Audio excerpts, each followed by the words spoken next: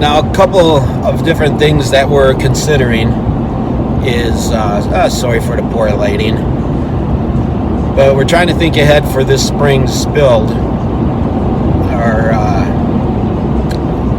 I don't know what to call it, but for putting the bathhouse on the cabin. Let me know in the comments section what you guys would do.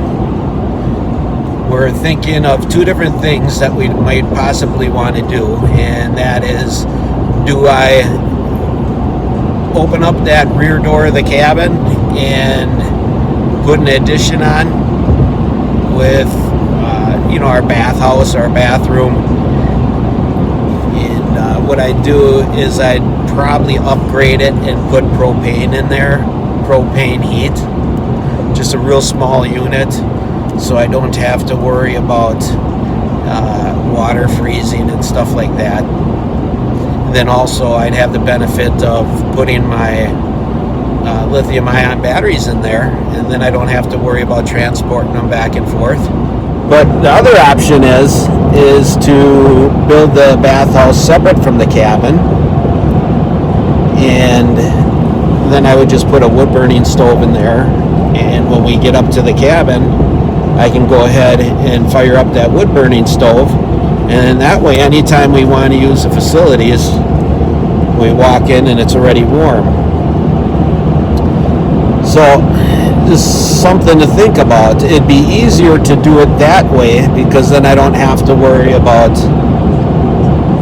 different things. One thing that comes to mind is if we do an addition and I ever need to move that cabin, that's going to make it a lot harder to move, because now I've got that stinking addition on, where right now the cabin is somewhat easy to relocate. I'd call my Amish friends and have them come over with, for lack of better words, their portable Segway. It's a cool looking little hydraulic machine that they stand on, and they put it underneath the cabin and they transport the cabin that way. If you haven't seen my video yet, delivery of a shed cabin, check it out. It shows how the cabin was brought into the property, and that video really hit it off. I think I'm maybe around 300,000 views or something like that right now on that video, but it's amazing to see how they bring it in. And so if I make the bathhouse separate, I can still move both of them. If we do an addition, then that's going to kind of make this location of the cabin permanent, which I guess isn't a bad thing, but it's just food for thought. Let me know what your thoughts are in the comments section. I'm going to get off the camera here and get back to driving. I want to try to get up north before it gets dark, because we are going to be in a world of hurt if that snow ended up icing up, or if it's cold up there. So time will only tell. All right, we'll see you guys at the cabin.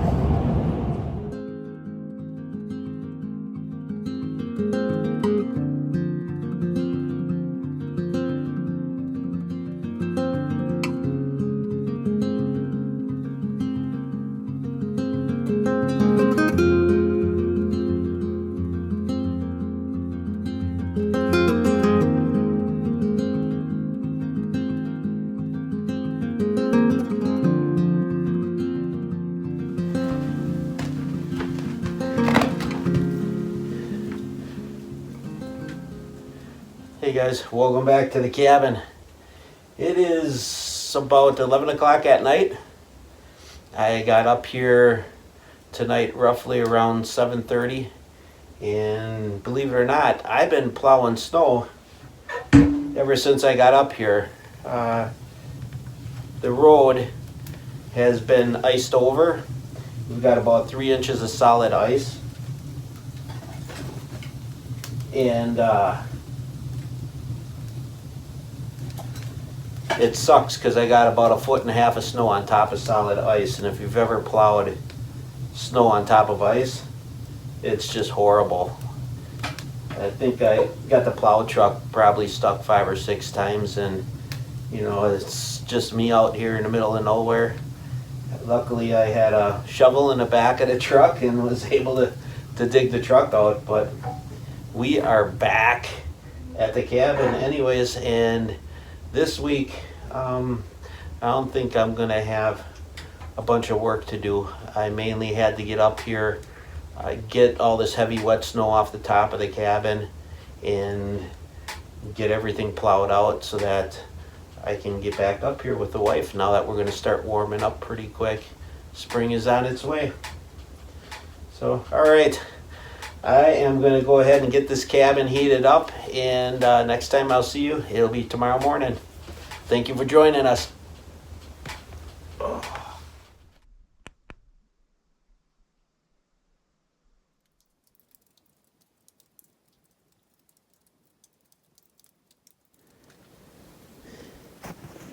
It's a shame that the camera's a little bit different than real life.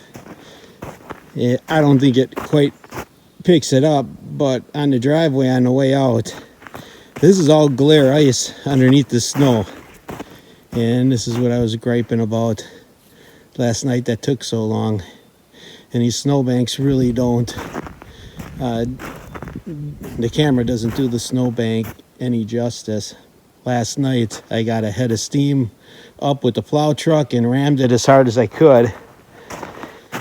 And I climb up this snowbank and kind of pushed her down in this valley the best I could. But once that snow gets that hard protective layer of ice on, if you've ever plowed before, it's just a bear to get through.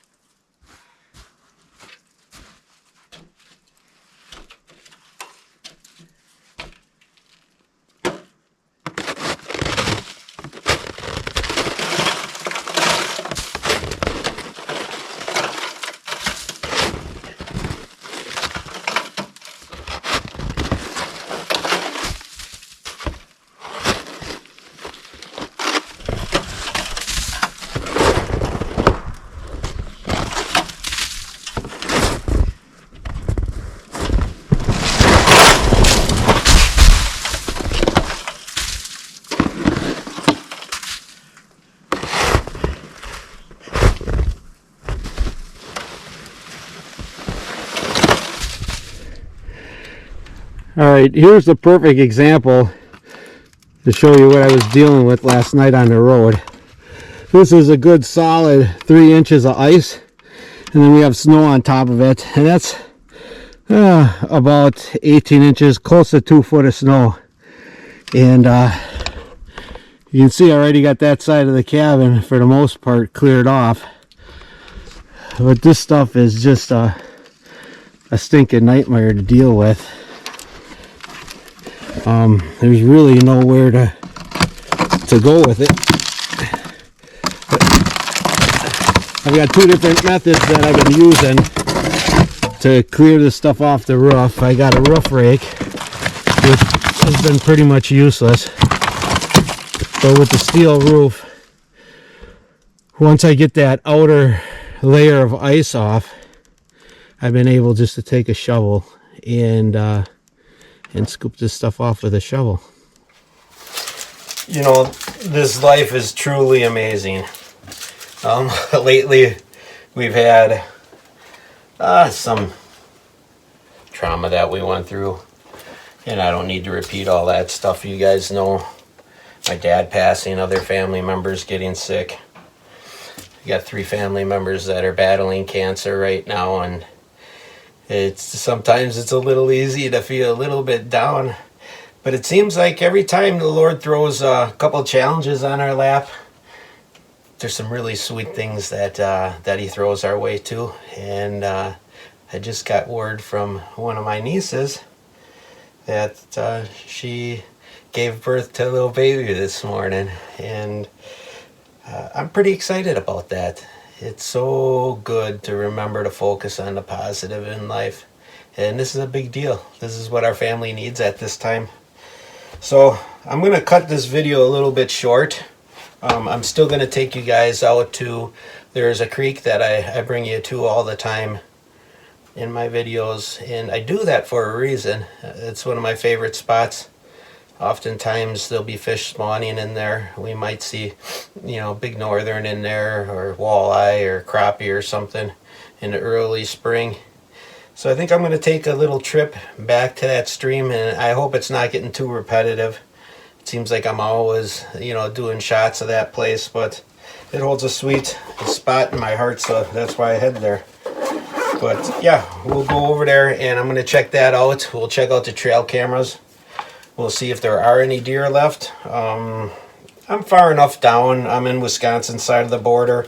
I know just across the river from me in Michigan, upper Michigan, a lot of the people up there have the experience of noticing that their deer migrate out. So I might be high enough here where they may be migrating too, because this time of year it's really hard to see any unless you're around homes that are up here year-round feeding. But I will check the trail cameras. We'll head down to that river. Let's go head out and see what that brings us.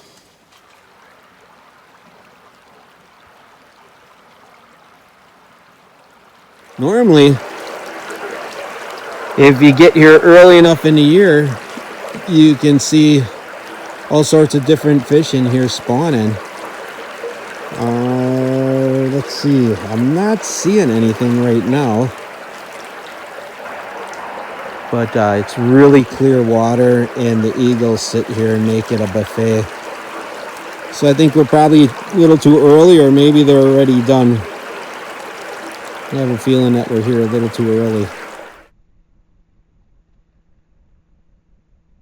And I don't have much for pictures. I've got a lot of wolves. So unfortunately they've moved back in. And it was funny, the one wolf, when I came up to the cabin last night, I saw footprints going right up to my front door. And I thought, oh, somebody's dog must have got out. The prints went right up to the door, and then he must have sat down on my porch because there's no snow there, or maybe he slept there or whatever it was.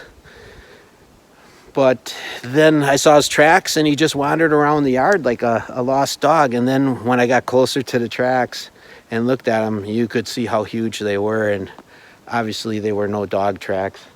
If they were, he would have had to have been a St. Bernard or something. But there were a lot of tracks that joined up with them a little later on in the property, and I'm confident that that was a pack of wolves. So hopefully they move out. I don't need those things around the cabin right now. Sorry if you love wolves, but they're good and they have their place. But Wisconsin, it's just, I don't need to tell you this, the pack is just way out of control. We have no management of it, and my fear is pretty soon these things are all going to start dying of mange, shoulder mites, or some dreadful disease because they're improperly managed. All right. I think I'm going to get on the road and get visiting my niece who had the baby and her husband. And congratulations to you guys. I don't want to say their name yet. Whole flock of grouse just took off. I don't want to say their name yet because I'm not sure if they want it to be public knowledge. But yeah, all sorts of good things still happening in this world. I can't wait to get home and see them. All right, you guys, thank you so much for joining me. I know this wasn't much of a video, but the fact of the matter is sometimes there's things a little bit more important than being at the cabin. I know it sounds strange to say because this is where my heart is, but obviously I'm excited to get home and see that baby. We'll catch you next time on Carl's Off the Grid. Oh, there's more grouse.